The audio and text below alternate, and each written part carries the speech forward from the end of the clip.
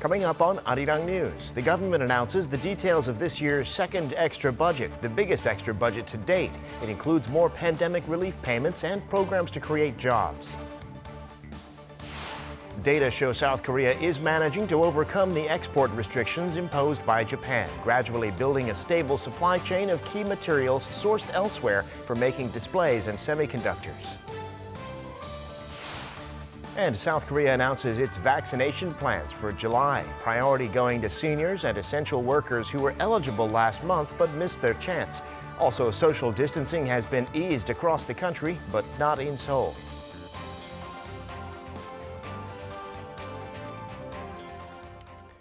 It's 5 p.m. here in Seoul. Thank you for joining us on Arirang News. I'm Devin Whiting. Another round of direct relief payment coming from the South Korean government. This will be paid for by this year's second supplementary budget once it's approved by Parliament. The plan also includes discount coupons and cash back on credit cards to encourage consumers to spend more. Jang Tae-hyun reports. The South Korean government is spending more funds to support people who are financially struggling amid the pandemic. People in the lower 80% of income brackets can receive 250,000 won, around $220 per person. Single parents and those who earn less than half of the median income can get an additional $88. It'll be given about a month after the supplementary budget gets approval from the National Assembly. Small businesses affected by social distancing measures can get up to $8,000. Industries like tourism and culture, which saw a more than 20% decline in sales due to the pandemic, can also receive the financial aid. Other spending is focused on reviving the country's economy. This includes funding for vouchers that can be spent on farm and fishery products, gyms, sports venues, cinemas, trains, and buses. The voucher program is likely to begin in August, when more than half of the population have received at least one vaccine dose. The government is also providing cashback incentives to people who spend more on their credit or debit cards. We will launch a consumer assistance program that will reimburse 10% of people's additional spending on credit and debit cards. Each person is eligible for roughly $265 in cashback from their card spending. Spending at department stores, large retail stores, and luxury boutiques will not be included in the program in an effort to boost sales for small businesses. Jang Tae-hyun, Arirang News. The extra budget also includes money for vaccines and infrastructure to distribute them. If passed, this would be the country's largest extra budget to date, and it'll be paid for with tax revenue instead of debt. Kim Sung-min reports. The South Korean government aims to spend almost $32 billion to revive the pandemic-ravaged economy and speed up vaccinations. With a supplementary budget worth around $29 billion plus funds reallocated from the main budget, the new extra budget proposal for the second half of this year is the biggest of its kind so far. The money for the budget is coming from extra tax revenue that has already been collected, meaning there is no need to issue bonds. This round of the supplementary budget has 4 pillars: support for those who have suffered from the pandemic, virus containment measures, boosting the job market, and reviving the regional economies. The largest portion of the budget will be used to help the economy recover from the pandemic. More than 1 million small businesses hit hard by the pandemic will receive financial aid. And there will be a 5th round of emergency handouts given to all except for the top 20% income bracket. The government has also earmarked just under $4 billion of the budget to support the country's vaccination and containment efforts. That includes financing to purchase vaccines and create the necessary infrastructure to distribute them. As for the job market, the country's goal is to boost the number of employed this year by 250,000 and have another 250,000 more employed by the end of next year. Some $1.7 billion have been set aside to do this, and the employment plan will target young people who are having difficulty finding work amid the pandemic. The government will also help young people with housing and living expenses while providing more support for those starting their own businesses. The second supplementary budget plan will be submitted to the National Assembly on July 2nd. Kim Sung-min, Arirang News. And from today, South Korea is enforcing a 52-hour work week on smaller businesses, expanding that limit from the big companies it started with a few years ago. In accordance with the Labor Standards Act, the 52-hour week will now apply to workplaces with as few as 5 employees. Based on data from 2019, this will affect more than 780,000 businesses and some 7.8 million workers. The aim is to reduce working hours for people in South Korea who work the second longest hours in the OECD. In the past 2 years, South Korea has managed to significantly reduce its dependence on Japan for certain high-tech materials and components used in making displays and computer chips. It was 2 years ago that Japan suddenly started restricting exports of the products to Korea. The Trade Ministry says this has given Korea the opportunity to create its own stable supply chains. Seo In-kyung reports. South Korea's dependence on Japan for key items has seen a significant decline since Tokyo removed South Korea from its preferential trade treatment whitelist in August 2019. The Ministry of Trade, Industry and Energy said on Thursday that there has been a decline in imports of 3 high-tech materials: etching gas, fluorinated polyamide, and extreme ultraviolet resist, or EUV resist, which Seoul relied on Tokyo for to produce semiconductors and smartphone displays. This is due to Tokyo's tightened export regulations on Seoul.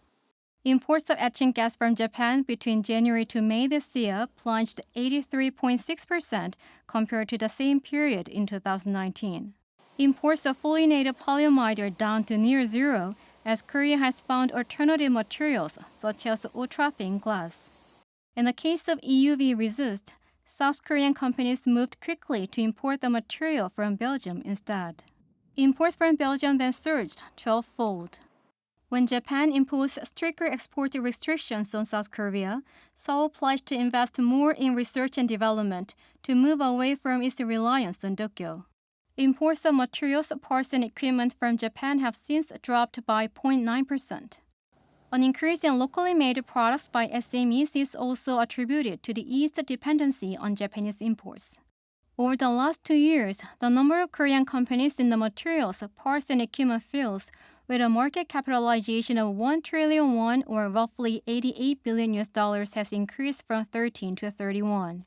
The Trade Ministry said that Japan's export curbs provided South Korea an opportunity to create stable and sustainable supply chains, and also served as an opportunity for the nation's SMEs to experience significant growth.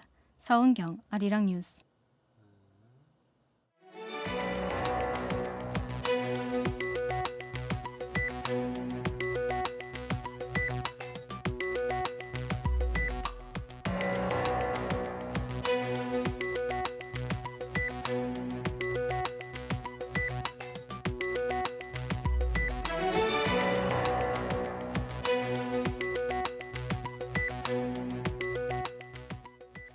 Time now for an in-depth look at the market news this afternoon, and for that I'm joined on the line by Dr. Kim Se-won, Professor of Economics at Ewha Women's University. Professor Kim, good afternoon. Thank you for coming on today.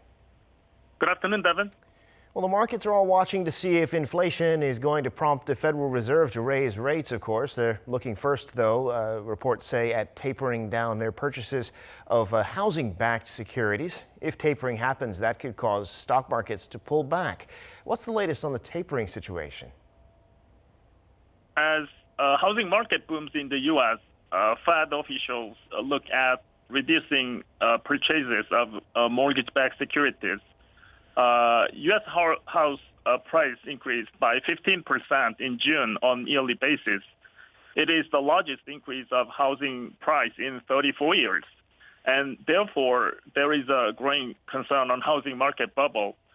Along with recent stronger inflation pressure, housing market bubble can be another factor to raise key interest rate by Fed earlier than expected.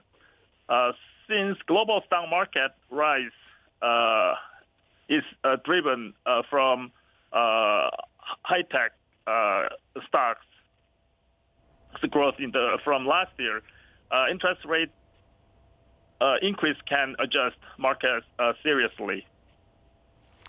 Yes, it's a huge issue, not just the markets washing, but social issue even to a degree now in the U.S., really always making the headlines now, housing that is. Now, overnight on Wall Street, the markets were higher for the most part. Another new all-time high on the S&P, though the tech-heavy NASDAQ closed lower. What's the story in the global markets? As you said, Devin, there were opposite movements between Dow Jones and NASDAQ yesterday. Dow Jones Industrial gained by 0.6%, but NASDAQ dropped by 0.2%. Stronger than expected employment in June moved up Dow Jones Industrial market higher, but stronger possibility on Fed interest rate increase dropped NASDAQ stocks because IT and high-tech stocks are more sensitive on interest rate. All European markets dropped seriously between 0.7% to 1% yesterday as more COVID variation spreads in the region.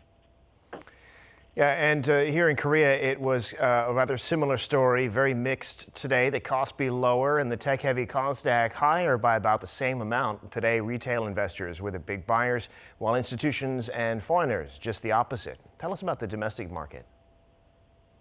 Domestic markets were mixed between Kospi negative 0.4% return and Kosdaq's 0.6% return.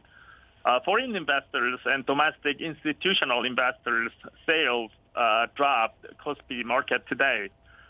Particularly representative large-cap stocks like Samsung Electronics, SK Hynix, Kakao, and Naver declined in a larger scale due to each firm's specific risk factors. And now zooming out a little bit, Professor, the Korean government's now calling for the economy to grow this year by 4.2%. And that forecast has been getting higher and higher. If the recovery continues, then next year they're calling for growth of 3%. What's causing the government to raise its forecast like this? And what do you make of these figures? As Korean economy is going through solid recoveries in domestic consumption and export, government became very confident on economic recovery for this year. Particularly, government raised this economic growth forecast from its previous 3.2% to 4.2%.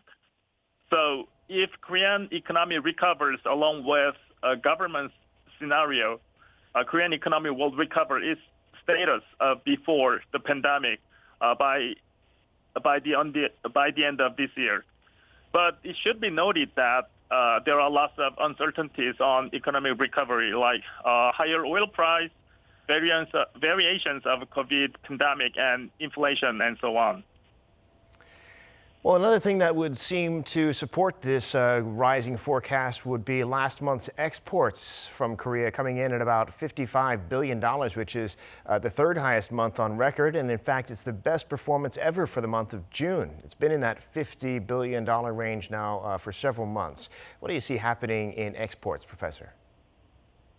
Over the coronavirus pandemic, robust exports have been the strongest factor that helps to recover Korean economy. Exports continue to grow this year with around 40% growth on yearly basis over 3 straight months of April, May, and June. So exports of top 15 items like memory chips, machineries, petrochemicals, automobile, and so on evenly increased in June in 2-digit growth.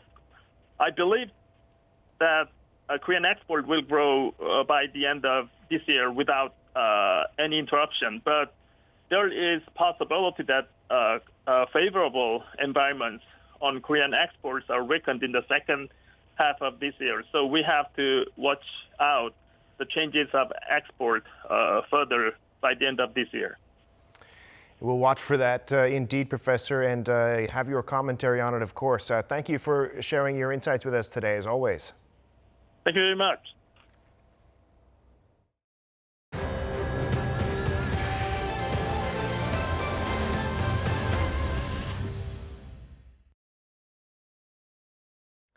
South Korea today again had more than 700 cases of COVID-19. Cases spiked to that range yesterday, which is what prompted the authorities to postpone the easing of the country's distancing measures by another week in the Seoul area. But elsewhere in the country, distancing has been eased. Choi Min-jung reports. South Korea reported over 700 new COVID-19 cases on Thursday for the second day in a row. The tally stood at 762, the second highest in a day since late April. Of the 712 locally transmitted cases, the capital area accounted for more than 85% of them. Health authorities are on extra high alert as 9 Delta variant cases have been confirmed from a cluster infection linked to an English language academy in Gyeonggi-do province and at a restaurant in Seoul. Concerns are also growing over an uptick in imported cases, with more than half coming from Indonesia, where the Delta variant is spreading rapidly. In light of those concerns, the Greater Seoul Area has decided to push back the implementation of an eased social distancing scheme by 1 week. This means people will have to abide by the current measures, meeting up to a maximum of 4 people and closing businesses at 10 p.m.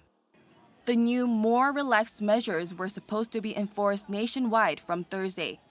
The capital area was set to be under the new Level 2 of the 4-tier scheme, allowing private gatherings of up to 6 people in the first 2 weeks of July and up to 8 after that. Operating hours for businesses would have also been extended by 2 extra hours until midnight. With the situation under more control elsewhere, non-capital regions have enforced the new scheme. Regions outside the Greater Seoul area are under Level 1, the lowest on the new 4-tier system. Social gatherings of up to 8 people are allowed, except for Jeju, which remains at 6 until mid-July. Chungcheongnam-do province is the only region in South Korea with no capacity limits at all.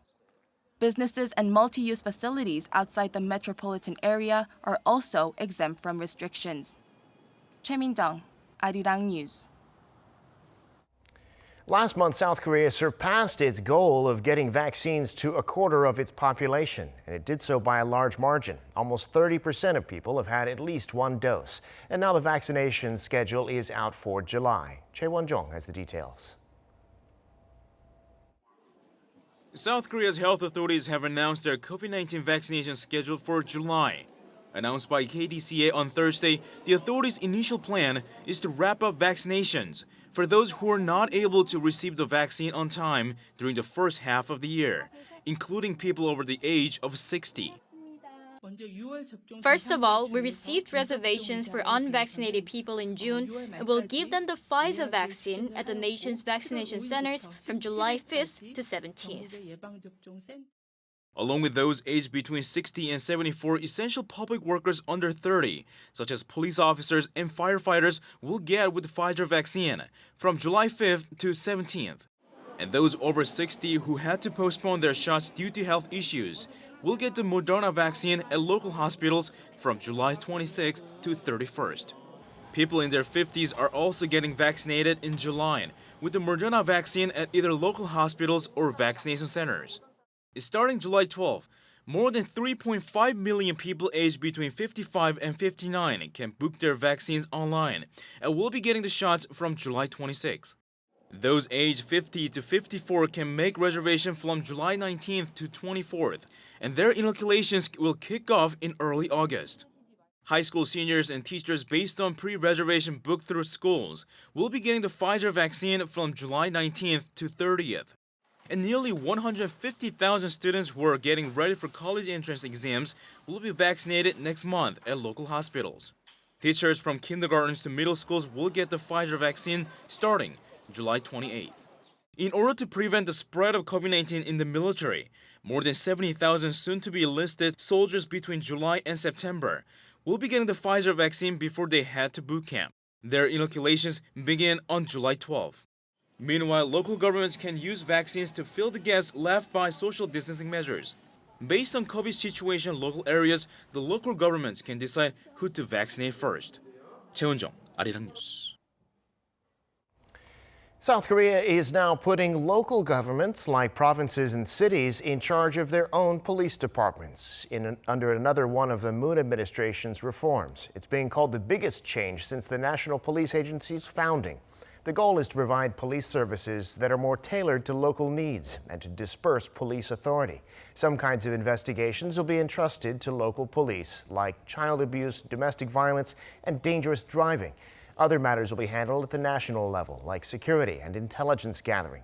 President Moon says the move is expected to improve people's safety in the long run and boost democratic control. The Communist Party of China is marking its 100th anniversary. And speaking at a huge ceremony in Tiananmen Square to mark the occasion, Chinese President Xi Jinping said Thursday that China will never be bullied by a foreign country again. He was referring to the so-called century of humiliation when China was subjugated by Western powers and Japan.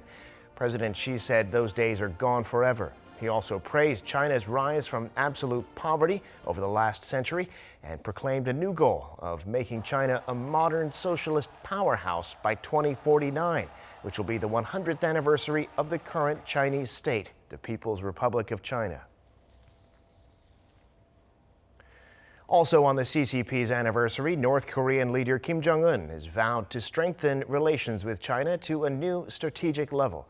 The North's state media reported Thursday that Kim wrote a letter to President Xi saying that hostile forces have banded together to pressure Beijing. But he said the North and China will accelerate their advance toward a brighter future, overcoming difficulties through what he called their militant friendship and blood ties, despite the complicated international situation. Bracing for wildfire season, which many anticipate to be even worse than last year's record-breaking one, U.S. President Joe Biden met with governors from 8 western states to discuss how to prepare. This comes as a record-breaking heat wave engulfs the Pacific Northwest of the U.S. and Canada. Kim Hyo-sun reports. With wildfires already burning across parts of Western America, President Biden has been discussing measures so the authorities can be fully prepared for wildfire season, which is forecast to be even more devastating than last year's. The president convened cabinet officials, governors from western states, and private sector partners this morning to discuss how we can all work together to strengthen prevention, preparedness, and response efforts. Calling the fires a problem facing all Americans, President Biden stressed the country must act fast. He vowed his administration will hold annual briefings to coincide with the beginning of wildfire season. He also emphasized the need for full-fledged preparations against large fires, especially amid a historic heat wave hitting the West and Pacific Northwest, leading to drought and wildfires. An unprecedented and dangerous heat wave is scorching the region, with Seattle and Oregon on Sunday enduring temperatures as high as 42 and 46 degrees Celsius, respectively. Furthermore, the Environmental Protection Agency has vowed to enhance air quality for wildfire response.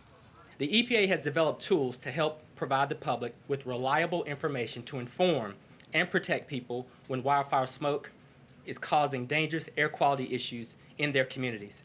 As part of the administration's broader efforts to improve wildfire preparedness, EPA is deploying additional new sensors in heavy smoke areas to assess air quality. The record heat wave is also affecting Canada, killing dozens of people already. Kim Hyo-sun, Arirang News.